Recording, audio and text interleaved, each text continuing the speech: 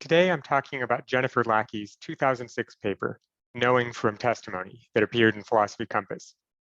Philosophy Compass is an expository journal dedicated to helping people find their way around a topic in philosophy. So this paper contains no original arguments of its own. However, it describes many important arguments that had appeared in the literature on testimony by 2006. There's, of course, many interesting and important things that have been said on the subject in the decades since then, much of it by Jennifer Lackey herself, who is one of the experts on this topic. At the time she wrote this paper, she was working at Northern Illinois University, as it says, but she's since moved to Northwestern University. I'll link her webpage in the description so that you can keep up to date on the work she's been doing more recently and see if there's any future changes after I record this video. In ordinary life, testimony is a word that we often use only in legal contexts and in some religious contexts, where people are testifying about some particular way about something they've experienced. Philosophers use the word testimony or testify more generally for any case in which someone learns something by being told. And telling is very general here. It could occur in speech, in a conversation, or in a video, in a book, in a text message. Even something like direct mind-to-mind communication might count as testimony if we ever develop that technology. It's anything where you get the information by trusting someone else who tells it to you. And the point of this is that testimony is one of the most important ways that we gain knowledge about the world, on a par with our senses, our reason, and our memory. There's two central topics in the epistemology of testimony that this paper addresses.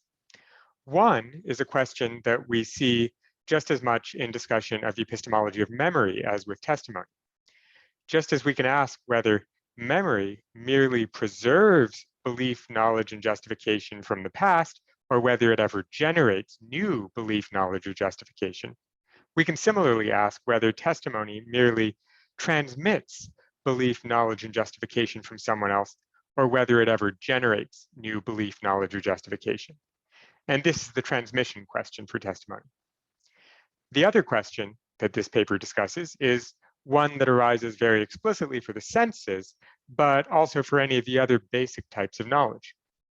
Just as we can ask whether we are justified by default to believe the things that we seem to see, as dogmatists about perception say, or on the contrary, whether we need to first come up with some justification for the belief that our senses are reliable before we're justified in trusting our senses, we can similarly ask whether the justification for testimony is a sort of default justification to believe anything that we seem to understand being told, or whether we need to have some explicit justification for why we can trust this testimony.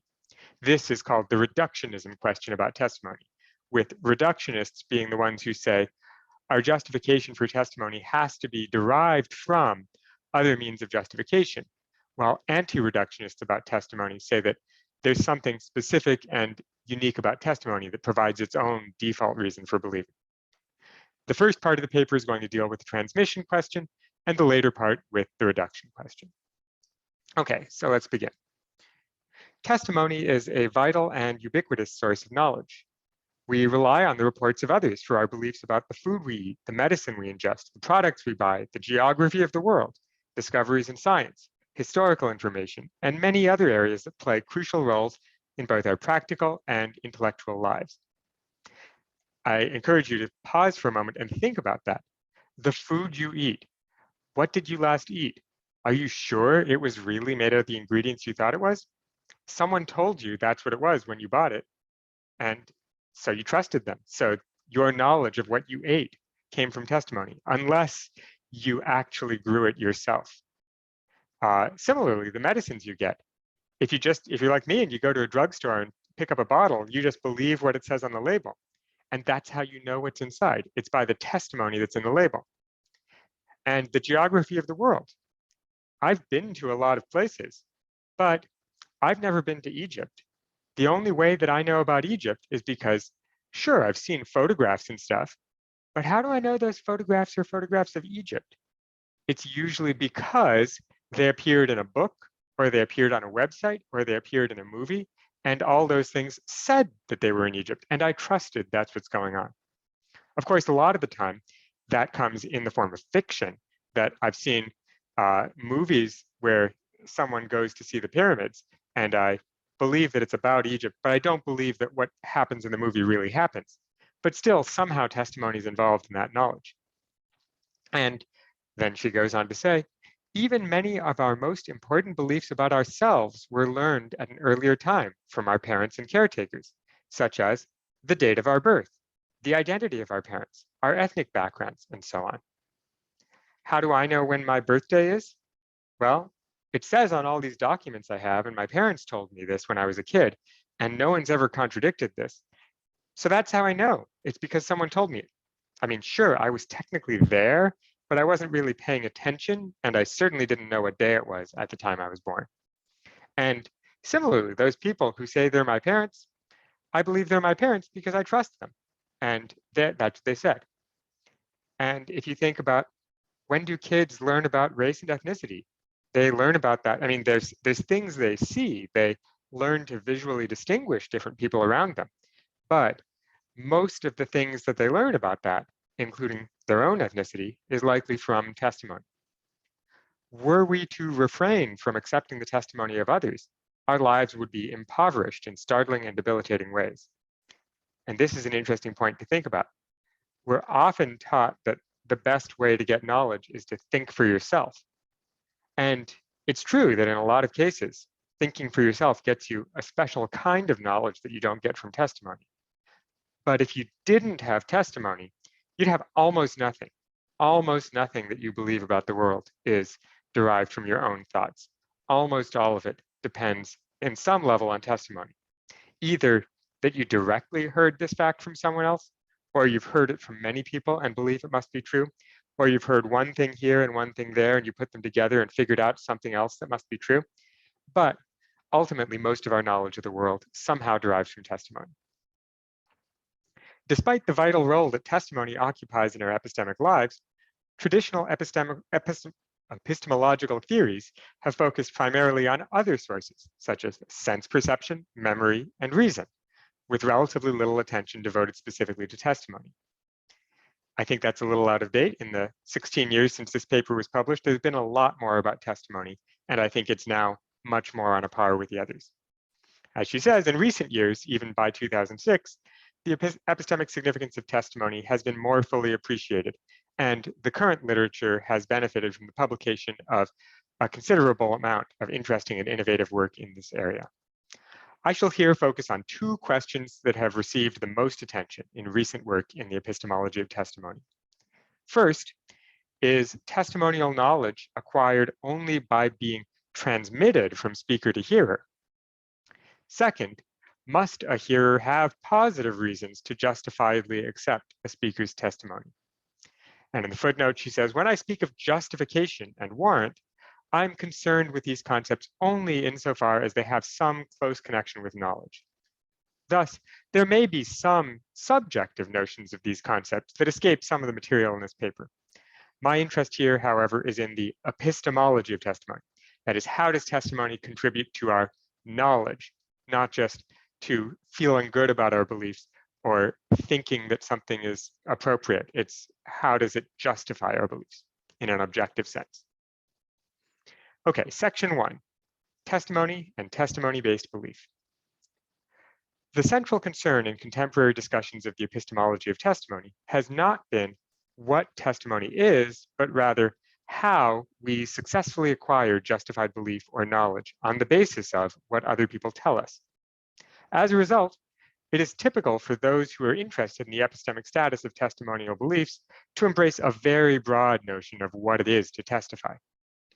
So, for instance, Elizabeth Fricker holds that the domain of testimony that is of epistemological interest is that of tellings generally, with no restrictions either on subject matter or on the speaker's epistemic relation to it. And I think the point there is that that distinguishes this from courthouse uses of the word testimony, where we're only talking about testimony of your things you saw yourself, your own experiences. In a court, you're not allowed to testify about something you read in a book. You're only allowed to testify about what you yourself experienced. Similarly, in many religious contexts, people care about people testifying about their own personal religious experiences. And here, we're going to be talking about testimony in general. So I might read some cool fact that I heard that I saw in an article that was sent to me by someone who learned about it from a video, and I might send it to you, and you could come to know on the basis of my testimony, even though I got it from someone else's testimony, who got it from someone else's testimony, who got it from scientific reasoning that came from observations or whatever it is. That testimony is going to encompass all of this, regardless of whether it's me testifying about my own experiences or about my memory or about testimony that I've received. Similarly, Robert Audi claims that in accounting for testimonial knowledge and justification, we must understand testimony as people's telling us things. And I think one thing that's important here is that there has to be someone who is doing the telling. That's important for testimony, as opposed to our senses, where it just might be the world itself that sends stuff in, or our memory, where it's ourself. And Ernest Sosa embraces a broad sense of testimony that counts posthumous publications as examples. It requires only that it be a statement of someone's thoughts or beliefs, which they might direct to the world at large and to no one in particular. So in paradigm cases of testimony, it might be you telling me something. But he's pointing out, often someone just writes a book or makes a YouTube video and has no idea who the audience is going to be, but they're still telling it. It's important that there's a subject who is doing the testifying, but it's not important who the receiver is, even though the receiver is the person who's eventually going to, hopefully in the good case, get knowledge out of the testimony. But clearly, not everything we learn through the testimony of others qualifies as testimonially based knowledge. And so here she's going to give a couple examples that where you learn something by hearing someone say something, but you don't learn it from the testimony, you learn it in some other way. For instance, suppose you hear me say, 10 people have spoken in this room today, and you happen to have counted the previous 9, and so it's your counting that leads you to believe that 10 people have spoken in this room today, rather than my telling you. Here, although my statement is causally relevant to your forming this belief, you wouldn't have believed that 10 people had spoken in this room today if you hadn't heard the other 9 and then heard me. The basis of your knowledge is perceptual, not testimonial. It results from your having heard and counted the speakers, not from you trusting me. Or suppose I sing, I have a soprano voice in a soprano voice. Maybe I should sing, I have a baritone voice. And you come to know this entirely on the basis of hearing my voice. Again, the resulting knowledge is perceptual in nature, since it's based on your hearing my voice rather than on what I testified to. What is important for distinctively testimonial justification or knowledge is that a hearer form a given belief on the basis of the content of the speaker's testimony. So cases such as those above, where a belief is formed entirely on the basis of features about the speaker's testimony, are precluded as from qualifying as instances of testimonial justification or knowledge. And as a footnote, one way to see this is to notice that in both of these examples, you would have come to the same belief even if I had made my utterance in a language that you do not understand. You don't have to understand English to know that I'm the 10th person that's spoken today if I say that I'm the 10th person that's spoken today and you counted the previous 9. Similarly, you don't have to understand English to know what range my voice is if you hear me singing it. There's also intermediate cases in which a hearer has relevant background information and uses it to derive knowledge from the statement of a speaker. Suppose, for example, that you know from past experience that I report that there's no milk in the refrigerator only when there is some. Maybe I'm someone who keeps milk in the fridge, but doesn't want anyone else to take my milk. So whenever I put some milk in the fridge, I go around telling everyone, there's no milk in the fridge, don't go there. Now, when I report to you that there's no milk in the fridge, you may supplement my testimony with your background information and thereby derive knowledge that there is milk in the refrigerator. Because the epistemic status of beliefs formed in these type of cases relies so heavily on memory and inference, the resulting justification and knowledge are only partially testimonially based. Hence, such beliefs may fall outside the scope of theories purporting to capture only those beliefs that are entirely based on testimony. And I think these sorts of examples will be useful to think about when we come to the reduction question at the end of this paper. Okay, second section. Here we get to the first question, the transmission question. Transmission of epistemic properties. Most current views in the epistemology of testimony are built around a central thesis, which we may call the transmission of epistemic properties, hereafter TEP. According to TEP, a testimonial exchange involves a speaker's belief, along with the epistemic properties it possesses, being transmitted to a hearer. TEP has two dimensions, a necessity thesis and a sufficiency thesis. TEP-N. For every speaker A and hearer B, B's belief that P is known on the basis of A's testimony that P, only if A's belief that P is known. And there's a version of this where instead of known, we have justified, or instead of justified, we have warranted. The idea is that knowledge, justification, and warrant are three good properties a belief could have. And the idea is the TEP-N thesis says the hearer only has this property if the speaker did. TEP-S, this is the sufficiency thesis. This is the opposite direction. TEP-S claims for every speaker A and hearer B, if A's belief that P is known and B comes to believe that P on the basis of the content of A's testimony that B, and B has no undefeated defeaters for believing that P, then B's belief that P is known. Similarly for justified and warranted. So the idea is the necessity thesis says, in order for the hearer to know something on the basis of testimony, the speaker had to know it. And the sufficiency thesis says, if the speaker knows it and the hearer trusts them and the hearer doesn't have any reasons not to trust them, then the hearer in fact knows and doesn't just believe. And her first footnote there mentions that she's going to talk about undefeated defeaters later, and her second footnote just lists a bunch of people who endorse these sorts of views.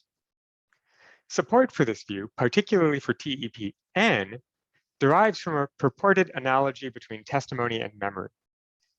Just as memory is thought to be capable of only preserving epistemic properties from one time to another and cannot therefore generate new epistemic properties, testimony is said to be capable of only transmitting epistemic properties from one person to another. And of course, if you look at the current literature on memory, and I've got a video with some of that, with a paper by Quirk and Michaelian, they often argue that in fact, this preservation view of memory is not necessarily correct and that memory can be generative.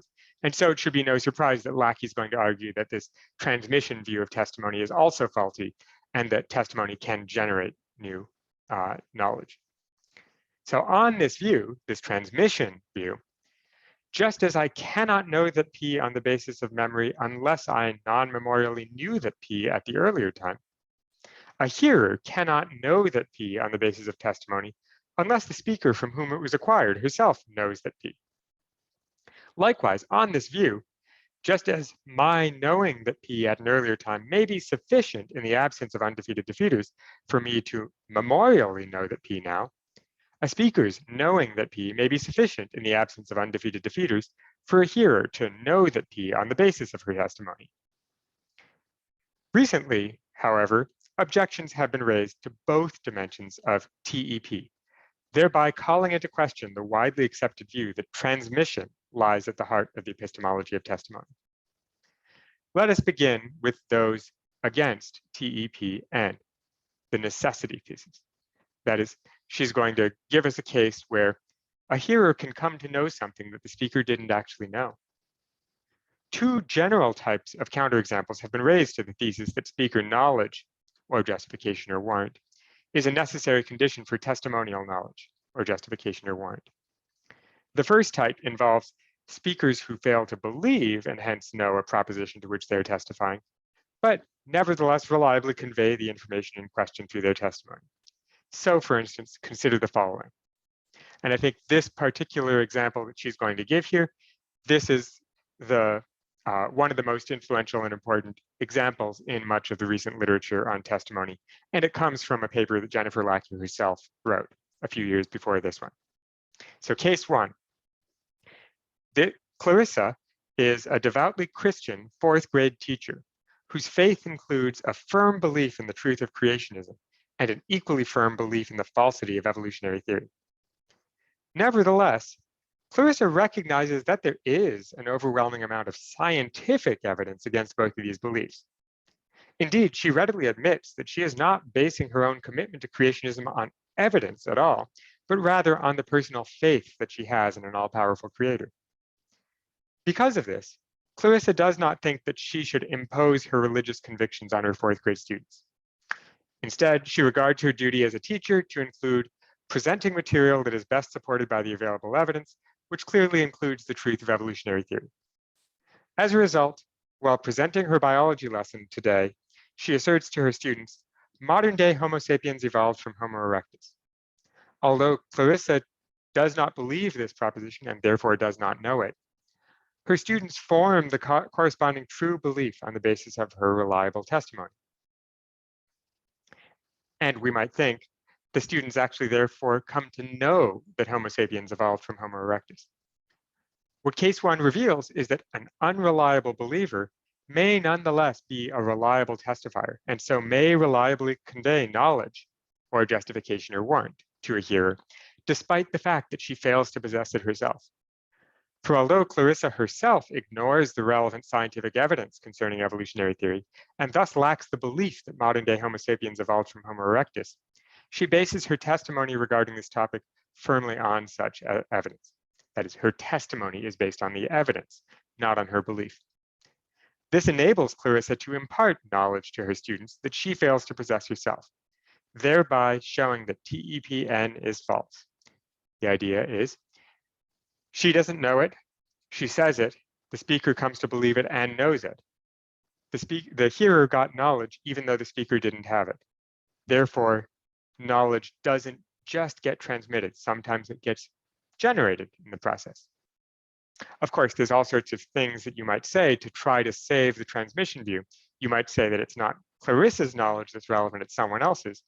But even so, that's an interesting thing. It's not the speaker who knows something that gets the hearer to know it.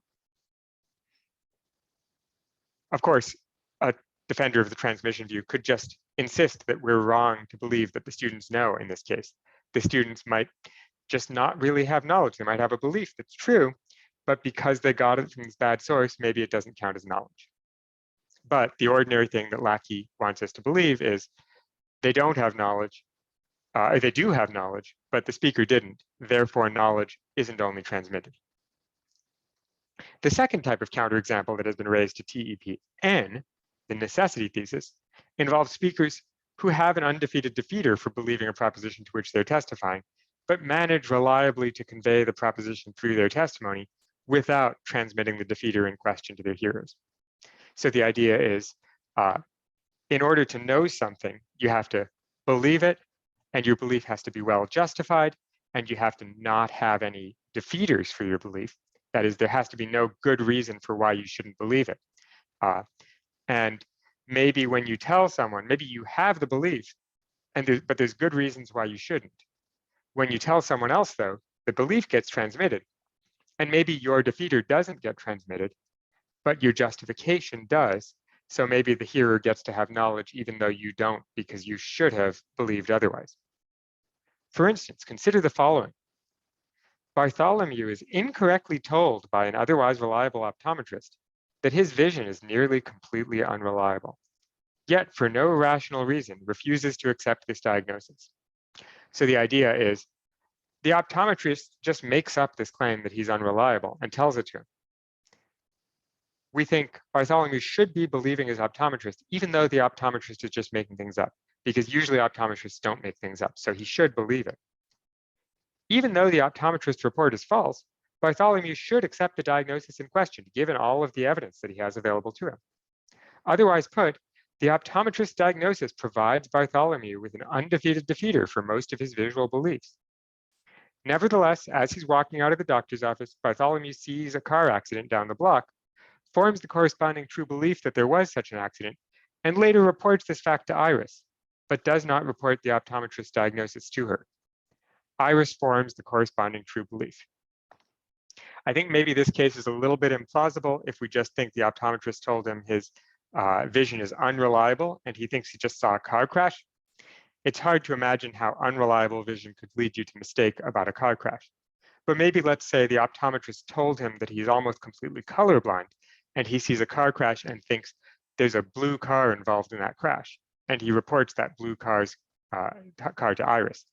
In this case, we think he's maybe not justified in believing that the car was blue because he had reason to believe his color vision is unreliable. Yet he just goes ahead and believes it anyway, even though he might be unjustified. And now he tells Iris. She believes it's blue. And we might ask, does she know that it's blue? And I think Lackey wants us to think, maybe Iris does know that it's blue because Bartholomew did in fact have a good ground for his belief. His vision is in fact reliable. It's just that he had this defeater, this reason from the optometrist for distrusting his color vision. And so the thought is that this undefeated defeater didn't get passed on. And so maybe Iris gets to get out from the defeat and get to have knowledge. If we accept that, then what case 2 reveals is that defeaters do not automatically come along for the ride when a speaker offers testimony to a hearer. For though the optometrist's diagnosis defeats the epistemic status of Bartholomew's perceptual belief about the car accident, Iris has no reason for doubting either Bartholomew's perceptual or testimonial practices. Because of this, even though it is irrational for Bartholomew to trust his visual experiences in the face of the optometrist's testimony, such irrationality is not transferred to Iris via his testimony. Again, some of us might disagree with this. Some of us might think that if Bartholomew really wasn't justified in believing his color vision, then Iris didn't really get knowledge because she relied on something irrational going on. This would be a point of debate. But this enables Bartholomew, according to Lackey, to impart knowledge to her that he fails to possess himself, once again showing that TEPN is false. And I think this example is perhaps more controversial than the example with the creationist teacher. Okay, let us now turn to counterexamples to TEPS. Remember, TEPN said that the only way to have knowledge is if the speaker did. TEPS is saying the converse. If the speaker had knowledge and you trust them and don't have any new defeaters, then you get knowledge too. Here again, there are two general types of counterexamples that have been raised to the thesis that, in the absence of undefeated defeaters, speaker knowledge is sufficient for testimonial knowledge. And again, this all goes for justification or warrant as well as knowledge. The first type of case shows that, for reasons having to do specifically with the hearer, a hearer's belief may fail to be known, even though there are no relevant undefeated defeaters, and the speaker from whom it was acquired has the knowledge in question. Consider the following. Case 3.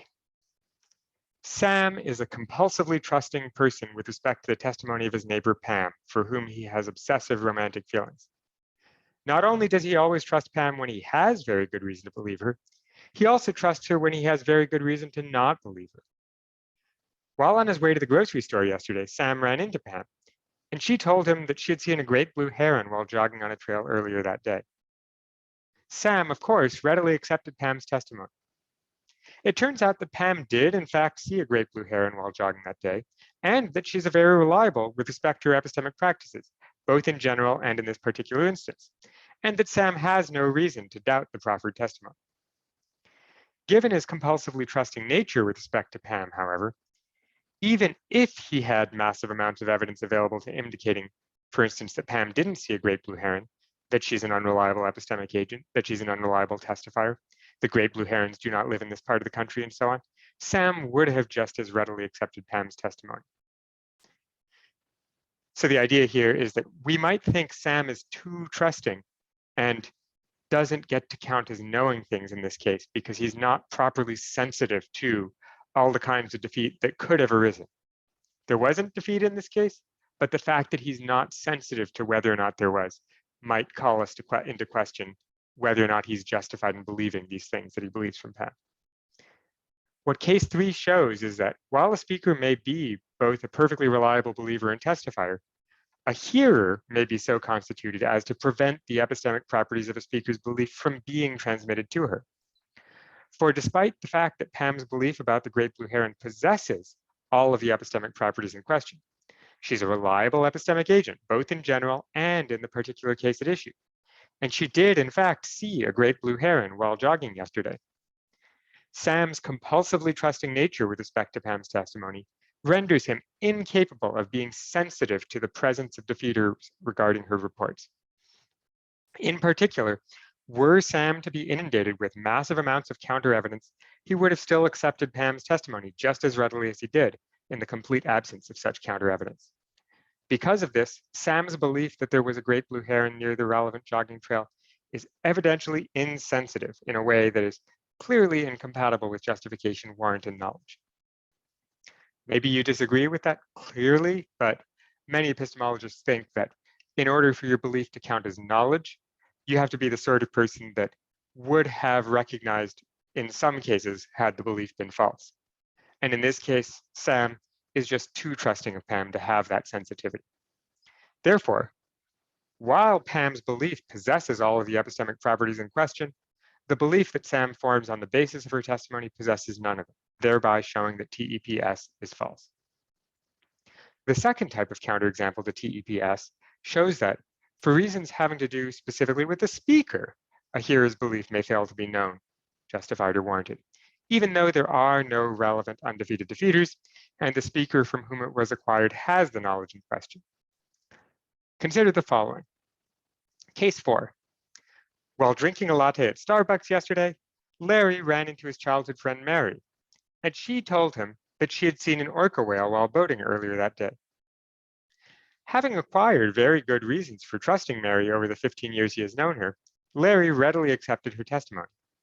It turns out that Mary did in fact see an orca whale on the boat trip in question, and that she's very reliable with respect to her epistemic practices, both in general and in this particular instance, and that she's generally a very reliable testifier, and that Larry has no reason to doubt the proffered testimony.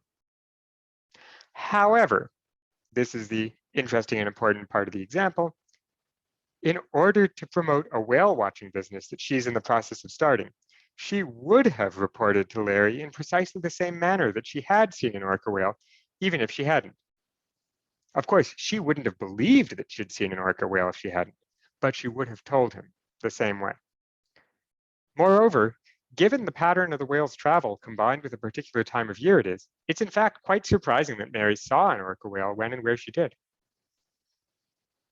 While case 1 shows that an unreliable believer may nevertheless be a reliable testifier, case 4 shows that a reliable believer may nevertheless be an unreliable testifier. For notice first that Mary would have reported to Larry that there was an orca whale in the relevant body of water, even if there hadn't been one. And second, it was in fact much more likely for Mary not to have seen an orca whale when she did, than for her to have seen one. The combination of these two features has the following result. There are nearby possible worlds in which an orca whale was not in the relevant body of water. But Mary nonetheless would have reported that there was one, and Larry, being in the same evidential situation as he is in the actual world, readily would have formed the corresponding belief on the basis of Mary's testimony. More generally, Larry's belief about there having been an orca whale in the relevant body of water is counterfactually insensitive to the truth. That is, had there been no whale, he still would have believed it. It's in that counterfactual case where there hadn't been a whale, he wouldn't have been sensitive. For instance, his belief is neither sensitive in the sense of Nozick, nor safe in the sense of Sosa. And in the footnote, she mentions a true belief is sensitive if S would not have held the belief P had P been false in nearby possible worlds. And S's true belief that P is safe if it couldn't easily have happened that S holds belief P where P is false. And the difference between these two sorts of beliefs is that my belief that I'm a real person and not a brain in a vat, that's safe. There's no easy way for that to have been false. it would have required the world to be extremely different from how it actually is for my belief to have been false, so I couldn't have easily been wrong about that. However, my belief that I'm a real person and not a brain in a vat, that is not sensitive. Had I been a brain in a vat, I probably still would have believed I was a real person.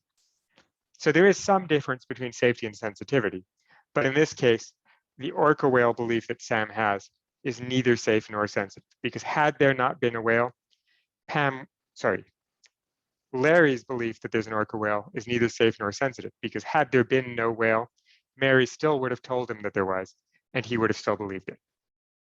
If P were false, Larry would still believe that P, and Larry would believe that P without it being so that P. Otherwise put, in nearby worlds where it's false that an orca whale was in the relevant body of water, Larry believes that there was one, and there are nearby worlds where Larry believes that an orca whale was in the water without this being so. Given this, the true belief that Larry forms on the basis of Mary's testimony not only fails to qualify as knowledge, it also fails to be justified or warranted. At least if you believe that some sort of safety or sensitivity is required for justification, warrant, and knowledge. And that's a common view in epistemology, though not universally held. So some people might deny this counterexample. Thus, while Mary's belief possesses all the epistemic properties in question, she wouldn't have easily been wrong if there hadn't been an orca whale. The belief that Larry forms on the basis of her testimony possesses none of them, thereby showing once again that TEPS is false. Even though she's a good believer, and in this case, she's testifying perfectly honestly, her counterfactual properties fail to pass some of those good features on to Larry. And in the footnote, she gives another kind of counterexample. Upon arriving in Chicago for the first time, Alvin asks the first passerby that he sees, Zoe, for directions to the Sears Tower, and she reports that it's 6 blocks east. While Zoe knows that it's the case, and Alvin has no reason to doubt either her credibility as a speaker or the truth of the proposition to which she's testifying, she happens to be the only reliable speaker in this part of Chicago, completely surrounded by incompetents and liars. Because of this, that Alvin chooses a reliable testifier who correctly points him in the direction of the Sears Tower is entirely a matter of good luck. Now, even though Zoe knows that the Sears Tower is 6 blocks east, and Alvin does not possess any relevant undefeated defeaters for the report in question, this case represents a testimonial Gettier type case. This is a reference to a very influential paper by Ed Gettier, although the particular case this parallels is a later one, I think by Alvin Goldman, for the recipient of the testimony. In particular, Alvin's luckily choosing the only reliable testifier who's completely surrounded by incompetents and liars is analogous to a perceiver luckily seeing the only real barn that is completely surrounded by barn facades. Hence, Alvin does not come to know that the Sears Tower is 6 blocks east on the basis of Zoe's testimony, despite the fact that conditions 1 to 3 are satisfied. Once again, TEPS is shown to be false. So here she's given 3 types of case that are supposed to provide challenges to the sufficiency of the speaker having knowledge, the speaker testifying well, and the hearer believing on that basis. It could be that maybe it's lucky that he got the right speaker, or maybe it's lucky that the speaker was testifying well, or maybe the hearer just isn't sensitive to the features of the speaker and just got lucky that she was being honest in this case. One of the central conclusions that the above considerations motivate is the replacement of TEPN and TEPS with conditions focusing on the statements of the speakers rather than on their states of believing or knowing. For instance, cases 1 and 2, that was the creationist teacher and let's see, what was the case 2? The optometrist and who lied about the vision. These reveal that when unreliable believers are nonetheless reliable testifiers, speakers can impart knowledge or belief or warranted belief to hearers that they fail to possess themselves. This motivates replacing TEPN with the following reliability of the statement necessity thesis, RSN. For every speaker A and hearer B, B's belief that P is known on the basis of A's testimony that P, only if A's statement that P is reliable or otherwise truth conducive. Notice that in this formulation of the principle, there is no reference to A's belief. There is only reference to A's statement. And this version might apply even in cases where we're not, I mean, it's not a statement unless there's a person who has beliefs, but something like this might make testimony seem less like a special case that has to do with speakers and more like just a general kind of signaling. The requisite reliability of the statement in question can in turn be fleshed out in any number of ways. For instance, it may be necessary that the speaker's statement be sensitive or safe or properly or virtuously formed and so on. And she gives footnotes to a bunch of people who give various conditions on knowledge. The central point of RSN, in contrast to TEPN, is that the speaker's states of believing and knowing are epistemically relevant only insofar as they bear on her capacity to be a competent testifier.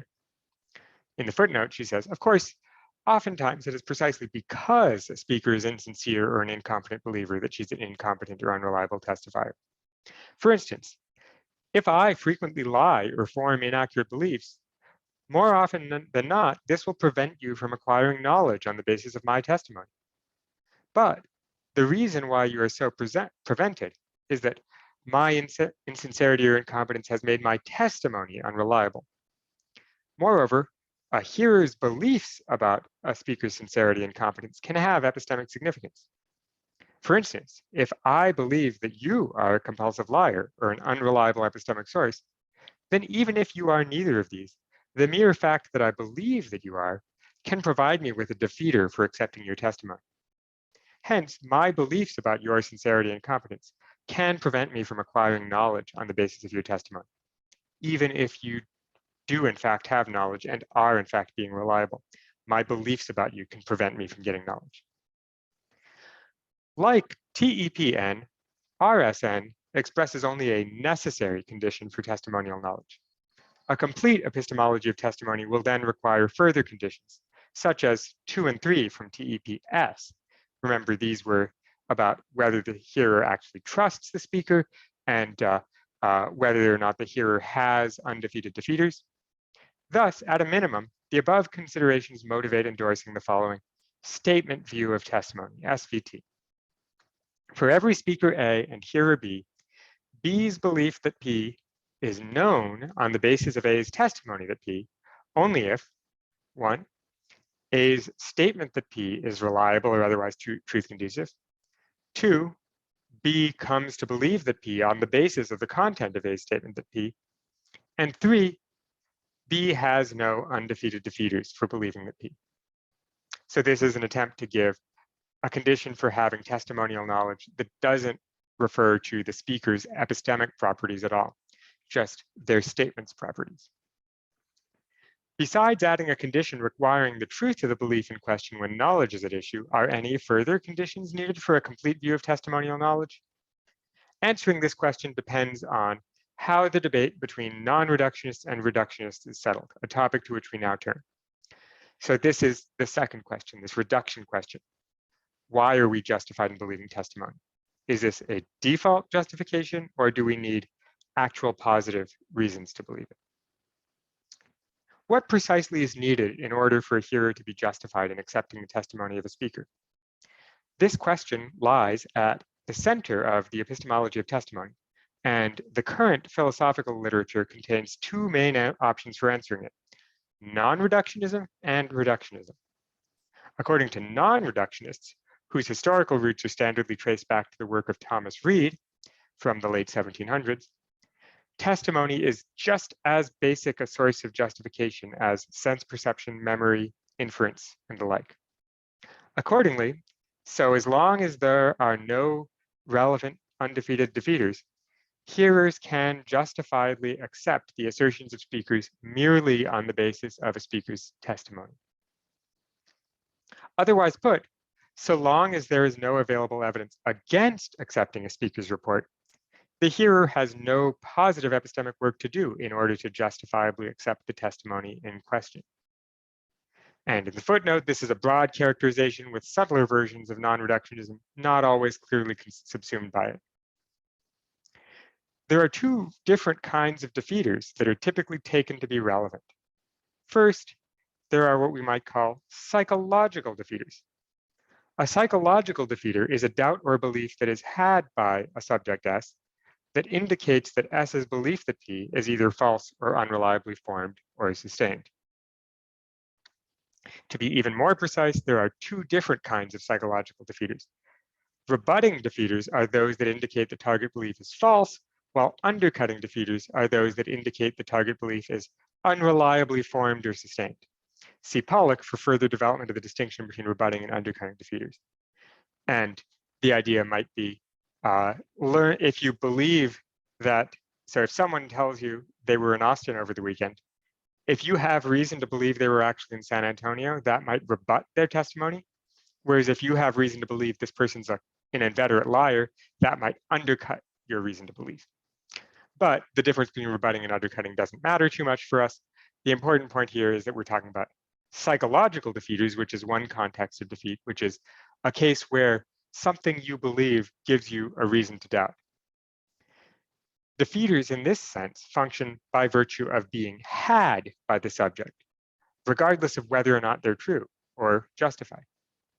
And so the idea is, if I believe you're a liar, that's going to defeat any belief I form on the basis of your testimony, regardless of whether or not I just made up this idea that you're a liar. Second, there are what we might call normative defeaters. A normative defeater is a doubt or belief that the subject ought to have that indicates that the subject's belief that P is either false or unreliably formed or sustained. And following the footnote in the distinction in the other footnote, there are rebutting and undercutting normative defeaters. The central difference is that while psychological defeaters are doubts or beliefs had by the subject, their normative counterparts are doubts or beliefs that the subject should have. And defeaters in this sense function by virtue of being doubts or beliefs that the subject should have, whether or not S does have them, given the presence of certain kinds of available evidence. The underlying thought here is that certain kinds of doubts and beliefs contribute epistemically unacceptable irrationality to doxastic systems, and accordingly, justification and knowledge can be defeated or undermined by their presence. And the idea is that there can be psychological defeaters that are not normative defeaters. Maybe I believe you're a liar, and that defeats my belief in your knowledge. But I shouldn't have believed you were a liar, and so I shouldn't have defeated it. On the other hand, maybe I had perfectly good evidence that you're a liar, but I didn't believe it. In this case, it would be a normative defeater, but not a psychological one. But the idea is either a psychological defeater or a normative defeater probably means that my beliefs don't count as knowledge. If you tell me something and I believe it, if I believe you're a liar, but I believed what you said anyway, that shouldn't count as knowledge. If I should have believed you're a liar and I believed what you said anyway, again, that shouldn't count as knowledge. So in the one case, it's a type of defeater that I know about but forgot to pay attention to. In the other case, it's a type of defeater I should have known about but didn't. Moreover, a defeater may itself be either defeated or undefeated. Suppose, for instance, that Holly believes that there's a hawk nesting in her backyard because she saw it there this afternoon. But Dominic tells her, and she comes to believe, that the bird is instead a falcon. Now, the justification that Holly had for believing that there's a hawk in her backyard has been defeated by her belief that the bird is a falcon. But since psychological defeaters can themselves be beliefs, they too are candidates for defeat. For instance, suppose that Holly consults a bird guidebook to check whether the bird in her backyard is a falcon, and she discovers that it is in fact a Cooper's hawk. In this case, the belief that she acquires from the bird book provides her with a psychological defeater from the belief that she acquired via Dominic's testimony. And hence, it provides her with a defeater for her original belief that there is a hawk nesting in her backyard. And as should be suspected, defeaters can also be defeated by further doubts and beliefs, which in turn can be defeated by further doubts and beliefs, and so on. It's hard to think about these cases where a third order or a fourth order or a fifth order thing comes up, but this sort of thing will happen if you're dealing with, say, an international spy network with double agents and people that you should trust as being double agents or whatever. Or maybe if your friends are like spies, maybe you get this sort of thing all the time there too.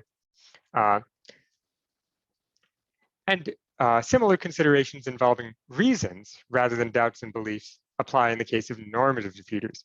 Maybe I should have had a reason to believe it was a falcon, but I should have had a reason to not believe the thing that gave me the reason I should have had for believing it was a falcon. Now, when one has a defeater for one's belief that P that is not in itself defeated, one has what is called an undefeated defeater for one's belief that P. It is the presence of undefeated defeaters, not merely defeaters, that is incompatible with testimonial justification. So for instance, someone tells me that there's a hawk, someone else tells me that there's a falcon. I have a defeater for the person who told me it's a hawk. But if I believe that the second person's a liar, then that defeater doesn't count. It was defeated. So I can believe and have knowledge on the basis of the first testimony. And so the idea of the non-reductionist is, as long as you don't have any defeaters that are undefeated, you can just trust what people tell you and you're justified in believing it.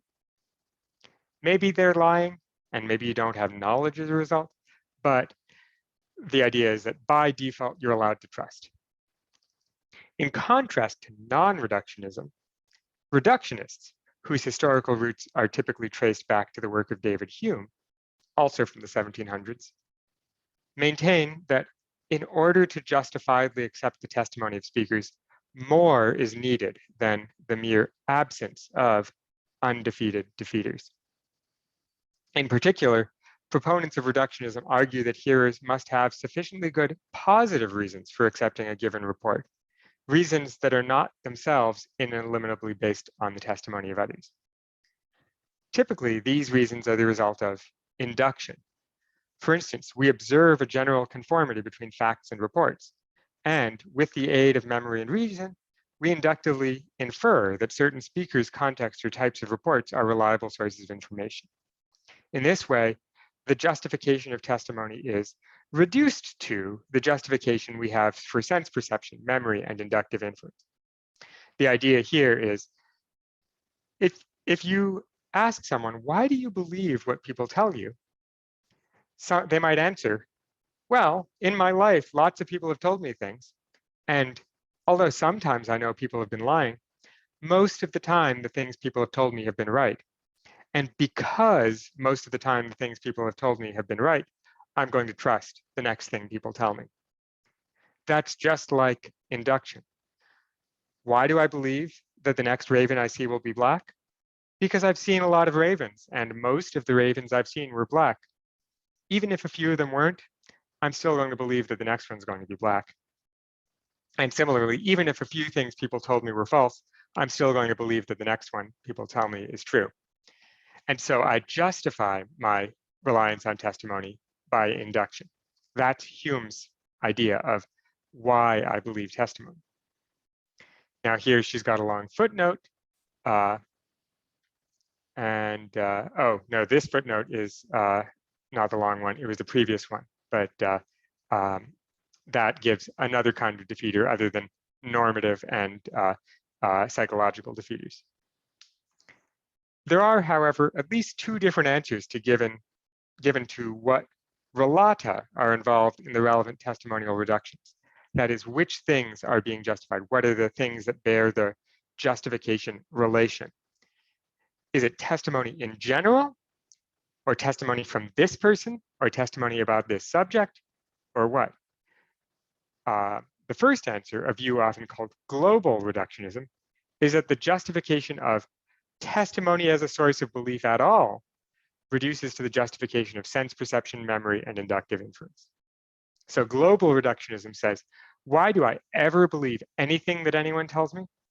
It's got to somehow be on the basis of other evidence that I have, which may involve me having checked other things people said. In particular, global reductionists maintain that in order to justifiably accept a speaker's report, a hearer must have non-testimonially based positive reasons for believing that testimony is generally reliable.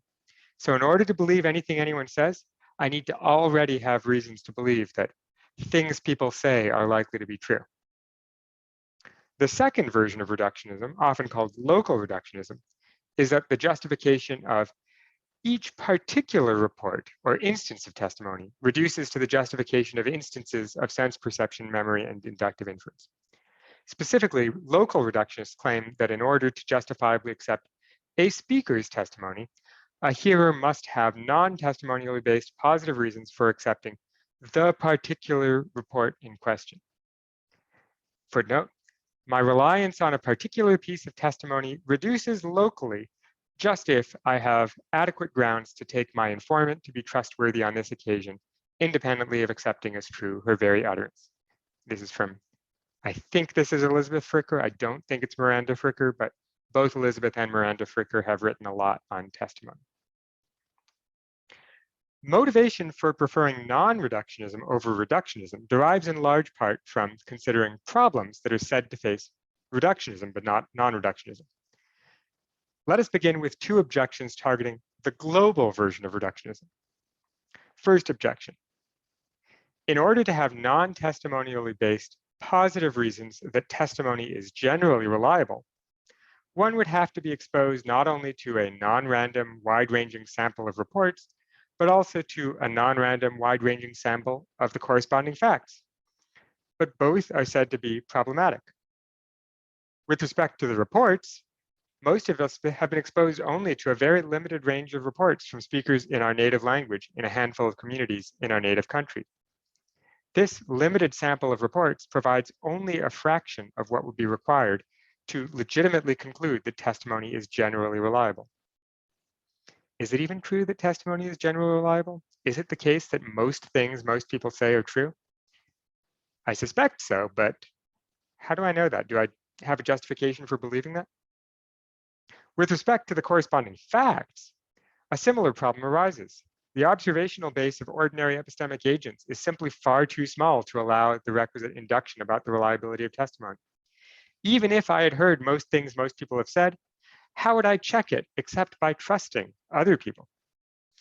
As C.A.J. Cody says, it seems absurd to suggest that individually we have done anything like the amount of fieldwork that reductionism requires.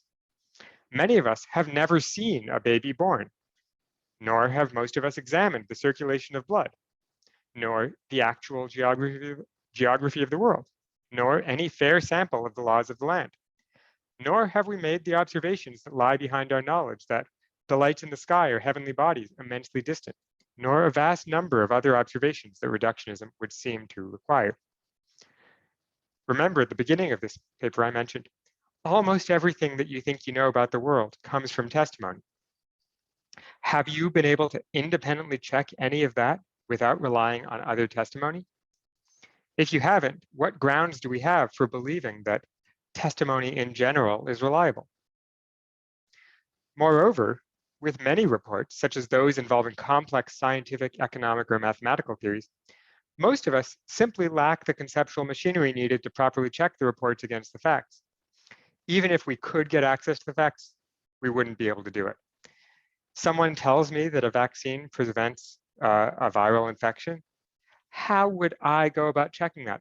I don't know how to conduct a vaccine trial. I know a lot of things about it, but I would have to rely on doctors for a very large number of those steps. Global reductionism, then, is said to ultimately lead to skepticism about testimonial knowledge, at least for most epistemic agents. Obviously, since non-reductionism doesn't require that a hearer have any positive beliefs about the general reliability of testimony, such a view does not face any problem of this sort. A second objection raised against global reductionism is that it's questionable whether there even is an epistemically significant fact of the matter regarding the general reliability of testimony. To see this, consider, for instance, the following epistemically heterogeneous list of types of reports, all of which are subsumed under testimony in general. Reports about the time of day, what one had for breakfast, the achievements of one's children, whether one's loved one looks attractive in a certain outfit, the character of one's political opponents, one's age and weight, one's criminal record, and so on. Some of these reports may be generally highly reliable, e.g. about the time of day. I do think that most people who say what time of day it is are speaking reliably, and what one had for breakfast. Others are generally highly unreliable, e.g. about the achievements of one's children, the looks of one's loved ones, and the character of one's political opponents. Yet others are generally very epistemically mixed depending on the speaker, e.g. about one's age, weight, and criminal record. Because of this epistemic heterogeneity, it is doubtful not only whether testimony picks out an epistemically interesting or unified kind, but also whether it even makes sense to talk about testimony being a generally reliable source. As Elizabeth Fricker says, looking for generalizations about the reliability or otherwise of testimony as a homogeneous whole will not be an enlightening project. Illuminating generalizations, if there are any, will be about particular types of testimony, differentiated according to subject matter or type of speaker or both. When it comes to the probability of accuracy of speakers' assertions and what sorts of factors warrant a hearer in trusting a speaker, testimony is not a unitary category. Once again, non-reductionism is said to avoid this type of problem, since such a view does not require any positive beliefs about the general reliability of testimony. Okay, those are her two objections to global reductionism. Let us now turn to two central problems that are said to face the local version of reductionism. The first is that young children clearly acquire a great deal of knowledge from their parents and teachers, and it is doubtful that they possess, or even could possess, positive reasons for accepting much of what they're told. For instance, an 18-month-old baby may come to know that the stove is hot from the testimony of her mother, but it is unclear whether she has the cognitive sophistication to have reasons for believing her mother to be a reliable source of information. For instance, 18-month-olds don't seem to understand that other people believe different things than them, and so they may not even consider the question of whether mom is a reliable testifier, let alone be justified in believing it, let alone use that gather that justification from having counted how many times did my mother tell me things and how many of those things turned out to be true. You might even think you have to even believe people in what they're saying before you even figure out what it means that they're saying things. Given this, reductionists may be hard-pressed to explain how such young subjects could possess all of the knowledge they appear to have. I've heard little kids tell me about all sorts of things that are true, that they've never seen, because they've believed it from other people that they probably never got a chance to check up on. In contrast, since the only evidential condition non-reductionists require is the absence of undefeated defeaters, a condition that can clearly be satisfied by even the most cognitively immature subjects, such a view can easily account for the testimonial knowledge possessed by young children.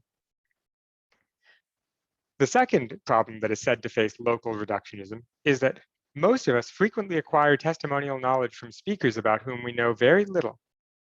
For instance, upon arriving in Chicago for the first time, I may receive accurate directions to Navy Pier from the first passerby I see. Most agree that such a transaction can result in my acquiring testimonial knowledge of Navy Pier's whereabouts, despite the fact that my positive reasons for accepting the directions in question, if indeed I possess any, are scanty at best. Once again, since the only condition required of hearers by non-reductionism is the absence of undefeated defeaters, such a view of testimony is able to accommodate this kind of knowledge with no difficulty.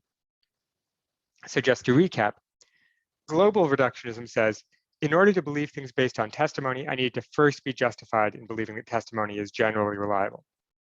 Challenges, I haven't been exposed to most testimony, and second, it's even questionable whether most testimony is reliable. Local reductionism says I don't need to be justified in believing that testimony in general is reliable. I rather need to be justified in believing that this type of person's testimony about this type of claim is reliable. And challenges, kids seem to be justified in believing what their parents say, even though they have no way of checking up on their parents. And we often seem to be justified in believing what strangers say, even though we have no way of checking up on those particular strangers. This last challenge is one that a global reductionist could react to, because a global reductionist might say, well, I got justification for believing in testimony generally, and so I don't need to know anything about this particular person to be justified in believing them. I know it generally. But Otherwise, these four challenges seem to be challenges for reductionism. But now she's going to consider the other side. Support for preferring reductionism over non-reductionism derives primarily from considering the consequences of not requiring any positive epistemic work from recipients of testimony. For notice that non-reductionists commit themselves to saying that testimonial justification can be acquired in the complete absence of any positive reasons on the part of the hearer. So, for instance, consider the following. Case 5. George, an average human being, is taking a walk through the forest one sunny morning, and he sees someone in the distance. Although the individual's physical appearance enables George to identify her as an alien from another planet, he does not know anything about either this kind of alien or the planet from which she comes. When George catches up to the alien, she turns to him and immediately says in what sounds like English that tigers have eaten some of the inhabitants of her planet. Without hesitation, George forms the corresponding belief that tigers have eaten some of the inhabitants of the alien's planet. It turns out the alien does in fact communicate in English, and tigers have eaten some of the inhabitants of her planet, and she is a reliable testifier, both in general and in this particular instance. Now, since the testifier in question is an alien about whom George knows nothing, he truly has no epistemically relevant positive reasons. He has no common sense psychological alien theory. He has no belief about the general reliability of aliens as testifiers. He has no beliefs about the reliability of this particular alien, and so on. We can also suppose that there's nothing about the alien that provides George with relevant undefeated defeaters. Now, is George justified in believing that tigers have eaten some of the inhabitants of the planet in question on the basis of the alien's testimony? Here, reductionists argue that the answer should clearly be no. For, despite the fact that the alien's report is both true and reliable, it's argued that it is plainly irrational epistemically for George to form this belief in question on the basis of the alien's testimony. For instance, it may very well be accepted practice in alien society to be insincere and deceptive when testifying others. Or, normal alien psychology may be what we Earthlings would consider psychosis. Or, the language that the aliens use, although superficially indistinguishable from English, may really be Twinglish, where Twinglish uses the negation sign for affirming a proposition. For all George knows, when he accepts the alien's testimony, each of these scenarios is just as likely as the possibility that the aliens are reliable testifiers who speak English. But in the absence of any way to discriminate amongst these possibilities, reductionists argue that the appropriate epistemic response is to withhold belief. And footnote, it was suggested to me by Lizzie Fricker that another type of example that may make the same general point would be a person receiving testimony over the internet with absolutely no epistemically relevant information about the source of the testimony. An anti-reductionist would say, if someone just sends you a message out of the blue, you're justified in trusting it unless you have positive reasons not to. Because non-reductionists do not require any positive epistemic work from recipients of testimony in order to acquire justified belief or knowledge, they are committed to granting George justified belief and ultimately knowledge of the alien's testimony, thereby sanctioning what reductionists regard as gullibility, epistemic irrationality, and intellectual irresponsibility. Thus, both non-reductionism and reductionism have been subject to various objections that opponents use to motivate their own views. The direction that most recent work in the epistemology of testimony is taking is to avoid these problems by developing qualified or hybrid views of either non-reductionism or reductionism. Whether such views inherit versions of their ancestors' problems has, however, yet to be seen. Okay, so two big debates in the epistemology of testimony. Is the knowledge we get from testimony knowledge that is acquired from the speaker? Lackey gives us several reasons to argue that it's not. It's rather knowledge that somehow comes from the reliability of the statement. Even though testimony is a relation between a speaker who has beliefs and a hearer who forms beliefs, it's not the transmission of the beliefs, it's the facts about the statement, she argues. She gives us those 4 or 5 cases. Now, second question, does a hearer have to do any work before they're justified in relying on testimony? Or is it just that in some cases we have defeaters that prevent us from relying on testimony? And both of these views have problems. The ones that say we need to do positive work don't seem to explain how it's possible to have done that much positive work, either for testimony in general or for many specific cases. On the other hand, the views that say we don't need to do that positive work seem to endorse a lot of gullibility, just believing any message that you seem to hear, even if you have no idea who it's from or where it comes from. And so she suggests that neither of these kinds of views could be right, and we have to think about this in a slightly different way.